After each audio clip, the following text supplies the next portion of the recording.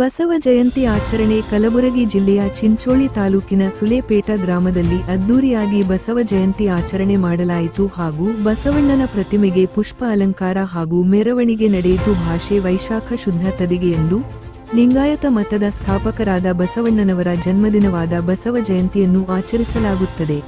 ಬಸವ ಜಯಂತಿಯು ಲಿಂಗಾಯತರ ಹಾಗೂ ಸರ್ವಧರ್ಮೀಯರ ಅತ್ಯಂತ ಪ್ರಮುಖ ಹಬ್ಬ. ಕರ್ನಾಟಕದಾದ್ಯಂತ ಇದನ್ನು ಬಹಳ ವೈಭವ ಹಾಗೂ ಉಲ್ಲಾಸದಿಂದ ಆಚರಿಸಲಾಗುತ್ತದೆ. 12ನೆಯ ಶತಮಾನದಲ್ಲಿ ಕರ್ನಾಟಕ ರಾಜ್ಯದಲ್ಲಿ ನಡೆದ ಸಾಮಾಜಿಕ ಕ್ರಾಂತಿಯ ರೂವಾರಿ ಬಸವಣ್ಣನವರು, ಅಲ್ಲಮಪ್ರಭು, ಅಕ್ಕಮಹಾದೇವಿ, ಮಡಿವಾಳ ಮಾಚಯ್ಯ, ನೂಲಿನ ಚಂದಯ್ಯ ಮುಂತಾದ ಶಿವಶರಣರ ಕಾಲದಲ್ಲಿಯೇ ಜೀವಿಸಿದ್ದ ಜಗಜ್ಯೋತಿ ಬಸವಣ್ಣನವರ ಪ್ರಭಾವದ ಕಾರಣ ಆ ರೂವಾರಿಗಳು. ಬಸವಣ್ಣನವರು 12ನೇ ಶತಮಾನದ ಸಾಮಾಜಿಕ ಕ್ರಾಂತಿಯ ರೂವಾರಿ.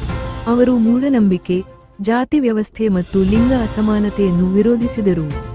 ಆಚರಣೆಗಳು: ಜನರು ಬಸವಣ್ಣನವರ ಭಾವಚಿತ್ರ, ಮೂರ್ತಿಯ ಮೆರವಣಿಗೆ, ವಚನ ಗಾಯನ ಮತ್ತು ವಿಶೇಷ ಪೂಜೆಗಳನ್ನು ಆಯೋಜಿಸುತ್ತಾರೆ. ಸಂದೇಶ: ದಯವೇ ಧರ್ಮದ ಮೂಲವಯ್ಯ ಎಂಬ ತತ್ವದಡಿ ಸಮಾಜದಲ್ಲಿ ಶಾಂತಿ, ಸಮಾನತೆ ಮತ್ತು ಸಹೋದರತ್ವವನ್ನು ಪ್ರಸಾರ ಮಾಡಲಾಗುತ್ತದೆ. ಕಾಲವನ್ನು ಬಸವಯುಗವೆಂದೇ ಕರೆಯುತ್ತಾರೆ.